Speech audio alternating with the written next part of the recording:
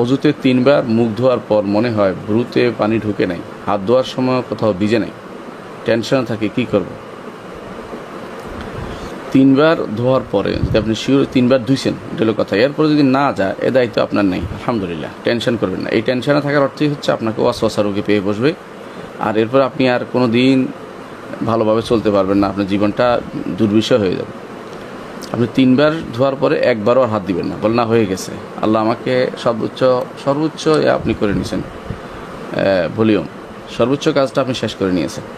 সুতরাং একবার করলে যেখানে হয়ে যায়, 3বার করেছেন, এটাতে ভ্রুতে পানি ঢুকে না ঢুকে এটা আপনার দায়িত্ব, আর চিন্তা আপনার করবেন না। যদি এটার এরকম চিন্তায় পড়ে যান, তাহলে আপনার পরবর্তী ইবাদতে সবসময় কেবল সমস্যা তৈরি হবে, যে কোনো কাজের করবেন না, বলে আলহামদুলিল্লাহ হয়ে গেছে, আলহামদুলিল্লাহ। এটা শয়তানের কারসাজি। শয়তান এটা দিয়ে মানুষকে বনি আদমকে কষ্ট ফেলতে চায়, ইবাদতের মধ্যে ধোঁকা দিতে চায়। এই জন্য আপনি 3বার ধুয়েছেন, আলহামদুলিল্লাহ হয়ে গেছে। এরপরে পানি ঢুকে নাই, মনে হইলেও কাজ হবে না, আর হাত ভিজে নাই, যাতে কথাবার্তা বলা যাবে না, এগুলি হচ্ছে বাড়তি জিনিস। অবশ্যই ভিজছে, হাত 3বার ধোয়ার পর হাত ধুবে না, হাত ভিজবে না কেন? এরপর যা মনে হয় বলে না, এটা এমনি শুকিয়ে গেছে, মনে করতে হবে।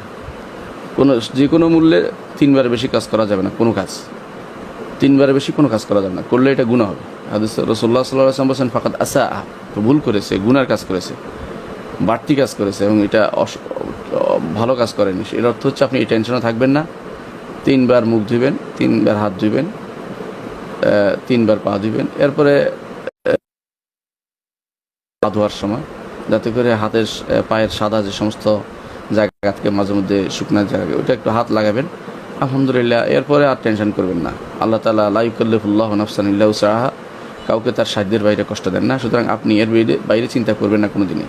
যত চিন্তায় আসুক পিছনে যাবেন না, সালাতে চলে যাবেন এরপরে।